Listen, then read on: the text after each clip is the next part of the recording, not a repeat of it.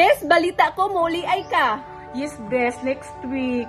Uy, kisa mo sa imong likod, bes? Si Mario Acero uban sa iyang team nga naay 21 ka agenda nga plano para sa kalambuan sa Sibagat. Ay, kato man ang businessman nga daghay investor. No? Excited na ko, Bes, sa tinuod nga kalambuan diri sa Sibagat. Bes, excited na dyan ko mo uli para madool na ko sa akong pamilya, diha na ako magnegosyo. See you po, Sige, bes! bye-bye!